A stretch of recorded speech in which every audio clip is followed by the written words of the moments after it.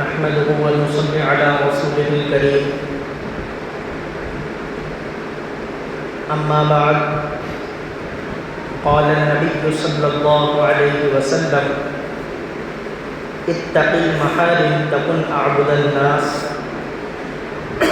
وارض بما قسم الله لك تكن أغنى الناس وأحسن إلى جارك تكن مؤمنا وأحب للناس كما تحب لنفسك تكن مسلما ولا تكثر الضحك فإن كثرة الضحك تموت القلب أو كما قال عليه الصلاة والسلام۔ پچھلے ہفتے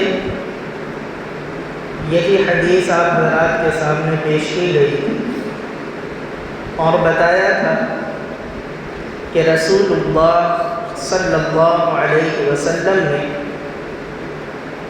حضرت ابو ہریرہ رضی اللہ تعالی عنہ کو 5 نصیحتیں ارشاد فرمائیں، اور نصیحت کرنے کا انداز بھی عجیب و غریب تھا۔ ایسے نہیں کہ آپ نے بات فرما لی، بلکہ ان کا ہاتھ پکڑ کر انگلیوں پر گنوایا کہ پہلی نصیحت یہ، دوسری یہ، تیسری یہ، چوتھی یہ اور 5ویں۔ ان میں سے سب سے پہلی جو نصیحت تھی وہ فرمایا اتق المحارم تکن اعبد الناس، لوگوں حرام کاموں سے بچ جاؤ، گناہوں سے بچ جاؤ، اعبد الناس، لوگوں میں سب سے زیادہ عبادت گزار تم ہو جاؤ، سب سے زیادہ متقی اور پرہیزگار تم بن جاؤ گے اگر تم گناہوں کو چھوڑ دو۔ ظاہر سی بات ہے کہ اللہ کی نافرمانی کو بندہ جب چھوڑتا ہے اللہ کا محبوب برگزیدہ بندہ بن جاتا ہے۔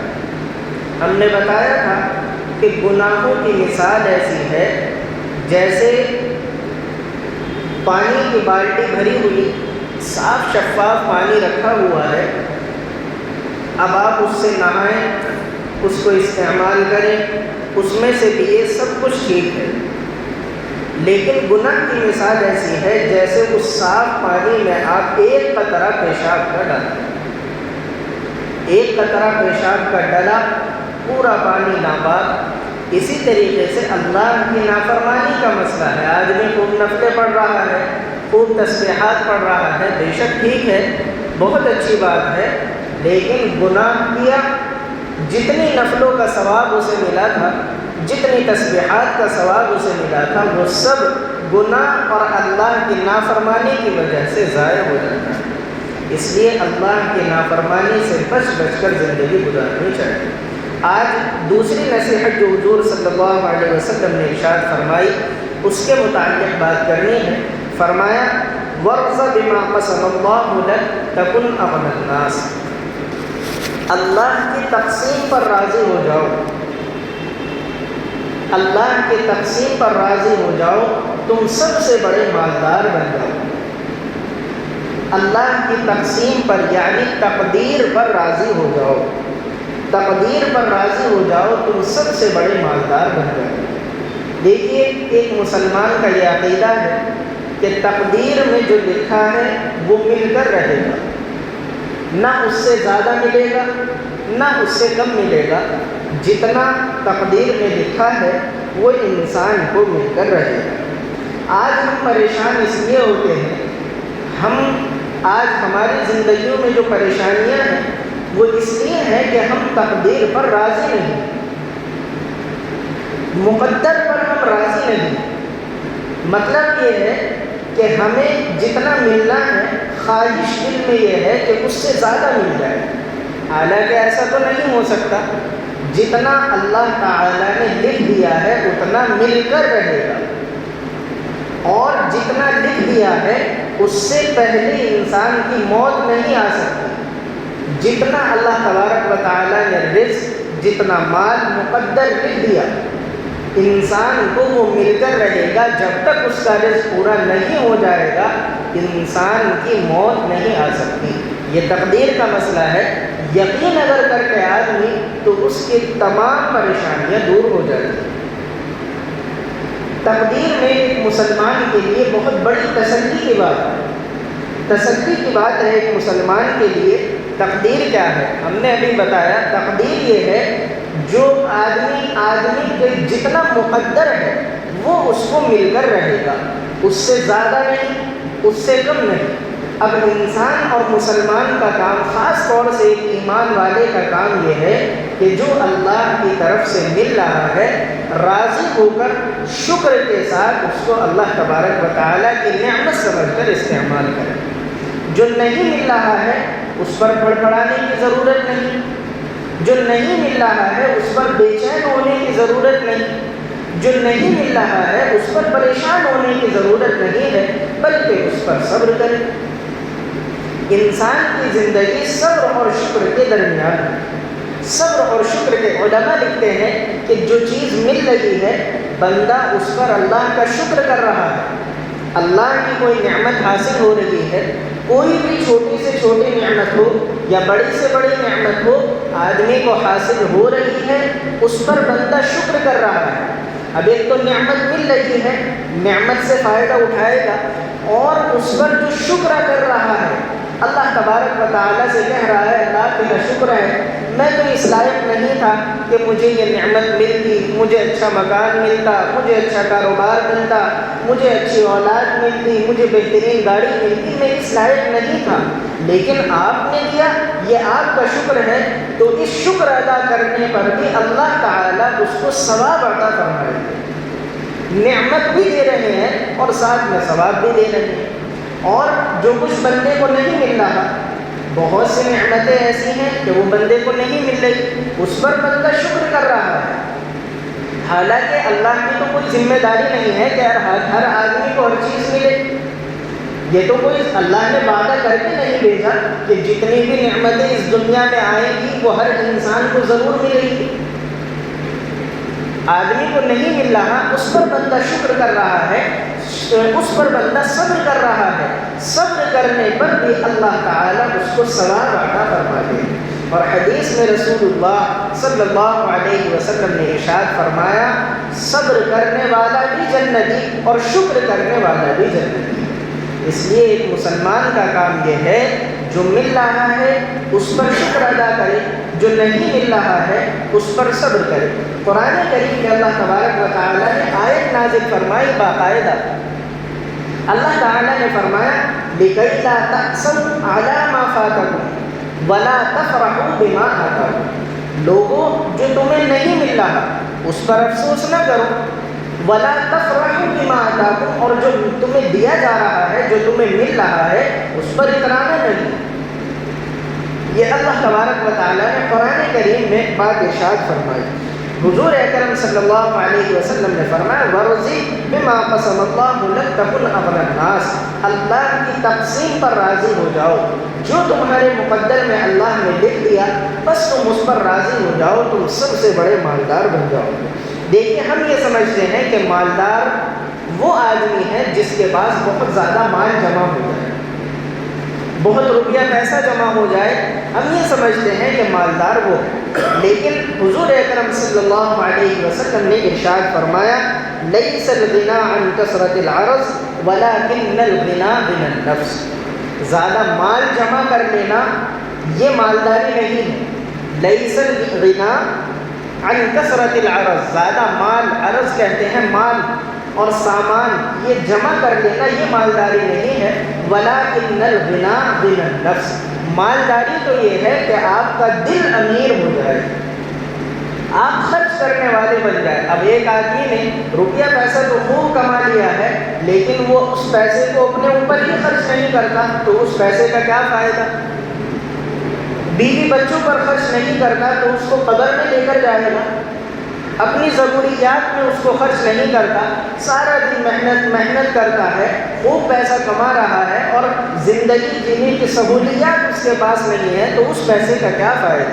حضور صلی اللہ علیہ وسلم نے فرمایا مال جمع کرنا یہ مالداری نہیں ہے، مالداری تو یہ ہے کہ آپ اس مال سے فائدہ اٹھائیں، فائدہ اٹھا دیں گے تو آپ مالدار کہیں گے کہ آپ کو اس مال کا فائدہ ہوا ہے، ورنہ اس مال کا کیا فائدہ۔ اور یہ اللہ تبارک و تعالیٰ کا نظام بھی، اللہ نے انسان کو ایسا بنایا ہے کہ مال سے کبھی اس کا دل بھرتا ہی نہیں۔ 5 روپے آ جائیں تو 10 کی تمنا، 1 لاکھ آ جائیں تو 5 لاکھ کی تمنا، 1 کروڑ آ جائیں تو 5 کروڑ کی تمنا، انسان کا دل کبھی مال سے نہیں بھرتا۔ بڑی مشہور حدیث ہے، بہت سی مرتبہ آپ حضرات نے سنی ہوگی، حضور اکرم صلی اللہ علیہ وسلم نے ارشاد فرمایا کہ انسان کے پاس اگر ایک پہاڑ مال کا آ جائے تو وہ دوسرے کی تمنا کرے گا، اور اگر اس کو اللہ تعالیٰ دوسرا بھی دے دے تیسرے کی تمنا کرے گا، اور اگر تیسرا پہاڑ بھی اس کو مال کا دے دیا وہ چوتھے کی تمنا کرے گا۔ حضور صلی اللہ علیہ وسلم نے ارشاد فرمایا کہ انسان کا پیٹ تو یہ مٹی، قبر کی مٹی ہی بھرے گی، اس سے پہلے انسان کا پیٹ نہیں بھرے گا۔ تو انسان کے پاس جتنا مال آتا ہے، جتنا مال بڑھتا ہے، اس مال میں اور زیادہ لالچ اور حرص پیدا ہوتا چلا جاتا ہے۔ انسان کے اندر مال کا لالچ اور مال کا حرص پیدا ہوتا چلا جاتا ہے۔ اسی لیے حضور اکرم صلی اللہ علیہ وسلم نے ارشاد فرمایا کہ اللہ کی تقسیم پر راضی رہنا سیکھ لو، تم مالدار ہو جاؤ گے۔ اگر تم یہ چاہو کہ ساری دنیا کی دولت ہم کما لیں، ساری دنیا کا مال و دولت کما لیں، اگر آ بھی جائے ساری دنیا کی دولت آپ کو حاصل ہو جائے، تب بھی مالدار نہیں ہوگے، کیونکہ مال کی حرص ایسی ہے کہ تم چاہو گے کہ اور حاصل ہو اور حاصل ہو۔ مالداری اس وقت حاصل ہوگی جب تم اللہ تبارک و تعالیٰ کی تقسیم پر راضی ہو جاؤ۔ جو اللہ نے دے دیا بس ہم تو خوش ہیں، اللہ کا شکر ادا کرتے ہیں۔ شیخ عبد القادر جیلانی رحمۃ اللہ علیہ بہت بڑے بزرگ گزرے ہیں، بہت بڑے بزرگ، بہت بڑے اللہ والے، بہت بڑے بزرگ گزرے ہیں، اور ساتھ ساتھ وہ بہت بڑے تاجر اور بزنس مین بھی تھے۔ امپورٹ ایکسپورٹ کا بزنس تھا، باہر مال بھیجتے تھے، باہر سے مال منگاتے تھے۔ ایک مرتبہ بیٹھے ہوئے حدیث کا سبق دے رہے تھے، کسی نے آ کر خبر دی، حضرت آپ کا جو پانی کا جہاز جس میں آپ کا مال تھا، وہ جہاز آ رہا تھا، وہ ڈوب گیا۔ حضرت نے سبق پڑھانا بند کیا اور ایسے گردن جھکا کر بیٹھ گئے۔ تھوڑی دیر بعد فرمایا الحمدللہ، اور سبق پڑھانا شروع کر دیا۔ ابھی سبق پڑھا ہی رہے تھے، تھوڑی دیر کے بعد وہی آدمی آیا جس نے پہلے خبر دی تھی، اور آ کر فرمایا کہ حضرت وہ جو پہلی خبر تھی کہ آپ کے مال کا جہاز ڈوب گیا ہے، وہ خبر جھوٹی تھی۔ ابھی خبر آئی ہے کہ اللہ تبارک و تعالیٰ نے اس جہاز کو بچا لیا ہے، خیر عافیت سے وہ کنارے پر پہنچ گیا اور آپ کا تمام مال محفوظ ہے۔ حضرت نے پھر سبق پڑھانا بند کیا، پھر ایسے گردن جھکا کر بیٹھ گئے، پھر فرمایا الحمدللہ اور سبق پڑھانا شروع کر دیا۔ سبق کے بعد جو طالب علم آپ کے شاگرد آگے بیٹھے تھے، انہوں نے فرمایا کہ حضرت آپ نے عجیب بات دیکھی، آپ کو نقصان کی خبر ملی، مال کے نقصان کی خبر ملی، آپ نے فرمایا الحمدللہ، اور پھر آپ کو خوشخبری ملی کہ مال محفوظ ہے، پھر فرمایا الحمدللہ، یہ کیا معاملہ ہے؟ تو حضرت شیخ عبد القادر جیلانی رحمۃ اللہ علیہ نے فرمایا کہ بھائی بات اصل میں یہ ہے، جب مجھے نقصان کی خبر ملی، میں نے اپنے دل میں جھانکا، میں نے اپنے دل سے معلوم کیا یہ جو نقصان ہوا ہے، میرے دل تیرا کیا حال ہے؟ میرے دل نے کہا کہ عبد القادر جس کا مال تھا اس نے لے لیا تو غم کی کیا بات ہے؟ مال اللہ کا تھا، اللہ نے دیا تھا، اللہ کا سمندر ہے، اللہ کا پانی ہے، اللہ نے ڈبو دیا، تو غم کی کیا بات ہے؟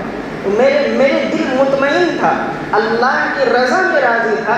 میں نے کہا کہ الحمدللہ، اللہ تیرا شکر ہے، تو نے میرے دل کو مطمئن رکھا ہے۔ پھر مجھے خبر ملی کہ مال آپ کا صحیح سلامت ہے، آپ کا مال ٹھیک ہے اور خیر عافیت سے کنارے پر آ گیا ہے، تو میں نے الحمدللہ اس لیے کہا۔ میں نے پھر اپنے دل کی طرف دیکھا، میں نے اپنے دل سے پوچھا کہ عبد القادر اب تمہیں دنیا حاصل ہوئی ہے تو تمہارا کیا حال ہے؟ میرے دل نے کہا کہ عبد القادر یہ تو دنیا ہے، ابھی پہلے 2-4 منٹ پہلے تمہیں اس کے نقصان کی خبر ملی، اب تمہیں اس کے فائدے کی خبر ملی، یہ تو دنیا ہے، آنی جانی چیز ہے، اصل تو اللہ کی رضا ہے۔ تو میں نے اپنے دل سے پوچھا، میرا دل دنیا حاصل ہونے پر خوش نہیں تھا، میں نے اللہ کا شکر ادا کیا کہ اللہ تو نے میرے دل میں مال کی محبت نہیں رکھی، تو نے میرے دل میں اپنی محبت رکھی ہے، تو اس لیے میں نے اللہ کا شکر ادا کیا۔ یہ ہے وہ دل کی مالداری کہ مال حاصل ہو تو بھی اللہ کا شکر، نہ حاصل ہو تو صبر۔ یہ اللہ تبارک و تعالیٰ کا نظام ہے۔ اور علماء نے لکھا ہے کہ آدمی تو مال کا چوکیدار ہے، آدمی کتنا بھی مال جمع کر لے آخر تو اس کو یہیں چھوڑ کر جانا ہے۔ ہاں، مال کی مالداری یہ ہے کہ آدمی اس مال سے فائدہ اٹھائے۔ حضرت مولانا رومی رحمۃ اللہ علیہ نے ایک واقعہ لکھا ہے، عجیب و غریب سا واقعہ ہے۔ وہ لکھتے ہیں کہ آدمی تو اصل میں مال کا چوکیدار ہے۔ ایک سیٹھ صاحب تھے اور اپنے وقت کے کہنا چاہیے کہ سب سے امیر آدمی تھے، بہت مال جمع کیا اور اس مال کو ایک تہہ خانے میں انہوں نے جمع کر کے رکھا، اور حال یہ تھا کہ اپنے بیوی بچوں کو بھی نہیں بتایا کہ میرے پاس کتنا مال ہے۔ ایک آدمی تھا ان کا خزانچی، صرف وہ جانتا تھا کہ ان کا مال کہاں ہے اور کتنا ہے۔ سیٹھ صاحب خود جانتے تھے یا وہ خزانچی جانتا تھا؟ ایک دن سیٹھ صاحب کو یہ خواہش ہوئی، یہ تمنا ہوئی کہ میں اپنا مال دیکھوں، میرے پاس کتنا مال ہے، اور کہیں ایسا نہ ہو کہ وہ جو میرا خزانچی ہے اس نے کچھ مال کم زیادہ کر دیا ہو، کچھ مسئلہ ہو تو میں اپنا مال چیک کروں۔ بس تہہ خانے میں گئے، تالا کھولا اور اندر سے دروازہ بند کر دیا۔ باہر وہ جو خزانچی تھا اس نے دیکھا کہ یہ جہاں مال رکھا ہوا ہے یہاں کا دروازہ کھلا ہوا ہے، یہ کیا مسئلہ ہے؟ اس نے سوچا کہ شاید غلطی سے میں تالا بند کرنا بھول گیا ہوں۔ بس اس نے باہر سے، اس کو کیا معلوم کہ مالک اندر ہے، باہر سے اس نے دروازہ بند کیا اور تالا لگا دیا اور وہ مالک اندر بند ہو گیا۔ اب شروع میں تو وہ اپنے مال کی گنتی میں مشغول تھا، کتنے ہیرے ہیں، کتنے موتی ہیں، کتنے جواہرات ہیں، کتنا سونا چاندی ہے، گنتا رہا۔ بہت دیر ہو گئی تو اس کو خیال آیا کہ چلو بس اب چلنا بھی چاہیے۔ دروازے کے پاس آیا تو دیکھا دروازہ باہر سے بند ہے۔ اب وہ دروازہ کھٹکھٹا رہا ہے، وہ چونکہ بیسمنٹ کا اور کوئی جانتا نہیں تھا، دروازے پر نہ کوئی سن رہا ہے نہ دروازہ کھول رہا ہے۔ ایک دن گزرا، 2 دن گزرا، 3 دن گزرے، چوتھے دن وہ سیٹھ صاحب، وہ مالدار، اپنے اس سونے پر سر رکھ کر، سر پیٹ کر بھوک اور پیاس کی وجہ سے وہیں مر گئے۔ باہر کے لوگوں کو معلوم نہیں کہ کہاں ہے، اور کوئی اندر جانے، جب کسی کو معلوم نہیں کہ وہاں روپیہ پیسہ رکھا ہوا ہے یا وہاں ہو سکتا ہے، بس وہ تو اندر تھا اور اندر کے اندر وہ مر گیا۔ سونا چاندی جو ساری زندگی جمع کیا، سونا بھی موجود، چاندی بھی موجود، ہیرے جواہرات بھی موجود، لیکن اس سونے چاندی نے اتنا بھی فائدہ نہیں دیا کہ اس کی جان بچا سکے۔ تو اس واقعے کو لکھنے کے بعد مولانا رومی رحمۃ اللہ علیہ فرماتے ہیں کہ آدمی کیا ساری زندگی میں کیا جمع کر رہا ہے؟ ساری زندگی آدمی جو محنت کر رہا ہے، دوسروں کے سامنے ہاتھ پھیلا رہا ہے، گڑ گڑا رہا ہے اور کام کر رہا ہے، کیا جمع کر رہا ہے جب وہ سونا چاندی مال و دولت اس کی بھوک پیاس بھی نہیں مٹا سکتے؟